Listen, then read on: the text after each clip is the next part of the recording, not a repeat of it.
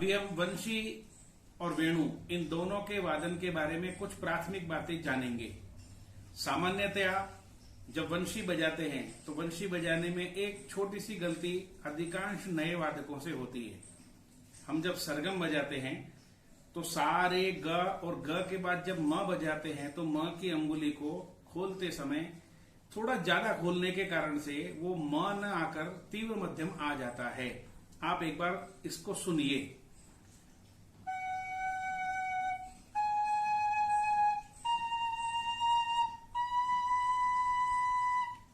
अब अगर इस अंगुली को ज्यादा खोल दिया तो आवाज आ जाती है। तो मैं पहले आपको सही सुनाता हूं।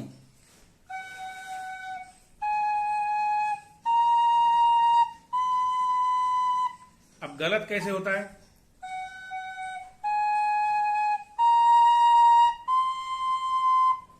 यानी ग, म और तीव्र म, तीनों का अंतर आप ध्यान से सुनेंगे तो समझ में आएगा। मैं तीनों बजाकर दिखाता हूं।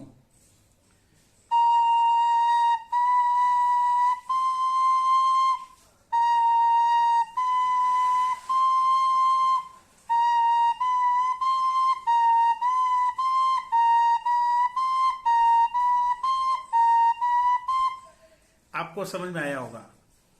ऐसा ही अवरोहण में भी जब हम बजाते हैं प से म पर आते हैं तो तीव्र मध्यम बजाने की गलती कर बैठते हैं।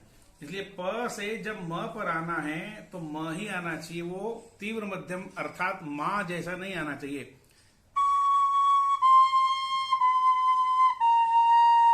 मैंने दोनों मध्यम का प्रयोग किया, फिर देखिए ये प, ये तीव्र मध्यम, ये मध्यम, ये ग हो गया। तो इसलिए दोनों का फर्क आप समझिए। ये प तीव्र म और ग। अभी प म ग।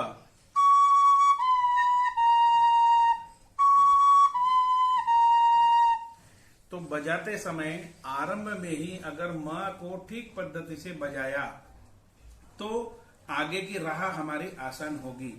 स्वर गोविंदम नाम की जो एप्लीकेशन है उसमें इसके बारे में स्वर की पहचान भी बताई गई है, आप उसका अवलंबन कर सकते हैं।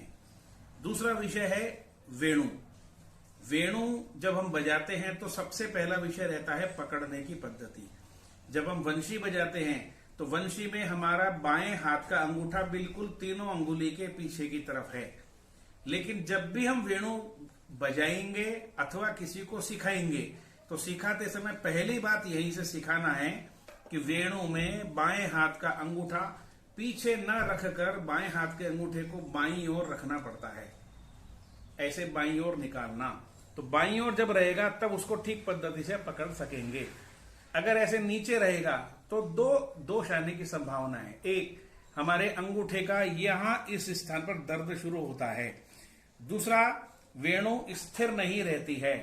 तीसरा, हम लोग बजाते समय चलते भी हैं, हमको संचलन के साथ बजाना है, तो ये वेणु यहाँ स्थिर होना चाहिए। इसलिए अंगूठे के सपोर्ट से यहाँ पर होठ के पास को फिक्स करना। एक बार फिक्स करने के बाद फिर आपको बजाने में आसानी होगी। तो इसलिए कोई भी शिक्षक किसी भी शिक्षार्थी को जब वेणु बजाना सिखाए तो सबसे पहली बात यह सिखाए कि उसको बाएं अंगूठे को बाईं ओर लाना है और बार बार में निरीक्षण भी करता रहे, कहीं वो गलती से अंगूठा नीचे तो नहीं चला गया। यह अंगूठा बाईं ओर रहना चाहिए, तब उसका वादन ठीक होता है। म बजाने का शास्त्र उसका भी ऐसा है। हमारा जो चार्ट दिया है उस चार्ट में जब हम म बजाते हैं तो म में ऊपर की एक अंगुली आधी बताई है, लेकिन इसका संतुलन थोड़ा बिगड़ता है। आप इसमें और एक प्रयोग कर सकते हैं। जब ग बजाते हैं उस समय नीचे की एक अंगुली बंद कर सकते हैं। आप देखेंगे मैं कैसे प्रयोग कर रहा हूं।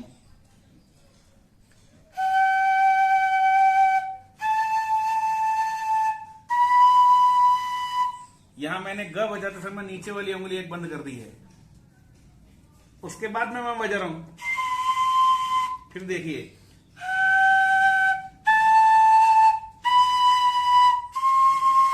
ऐसा करने के बाद प बजाने के लिए शेष अंगुली रखने में आपको सुविधा होगी।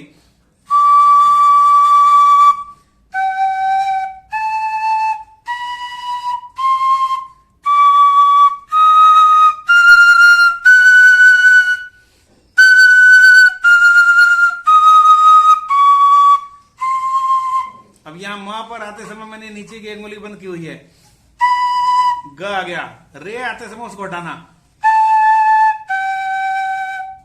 तो दूसरी बात, वेणु सिखाते समय इस बात को ध्यान में रखना। तीसरी बात, वेणु सिखाते समय मध्य सप्तक का सारे गमा और तार सप्तक का सारे गमा दोनों का भी ठीक से अभ्यास कराना।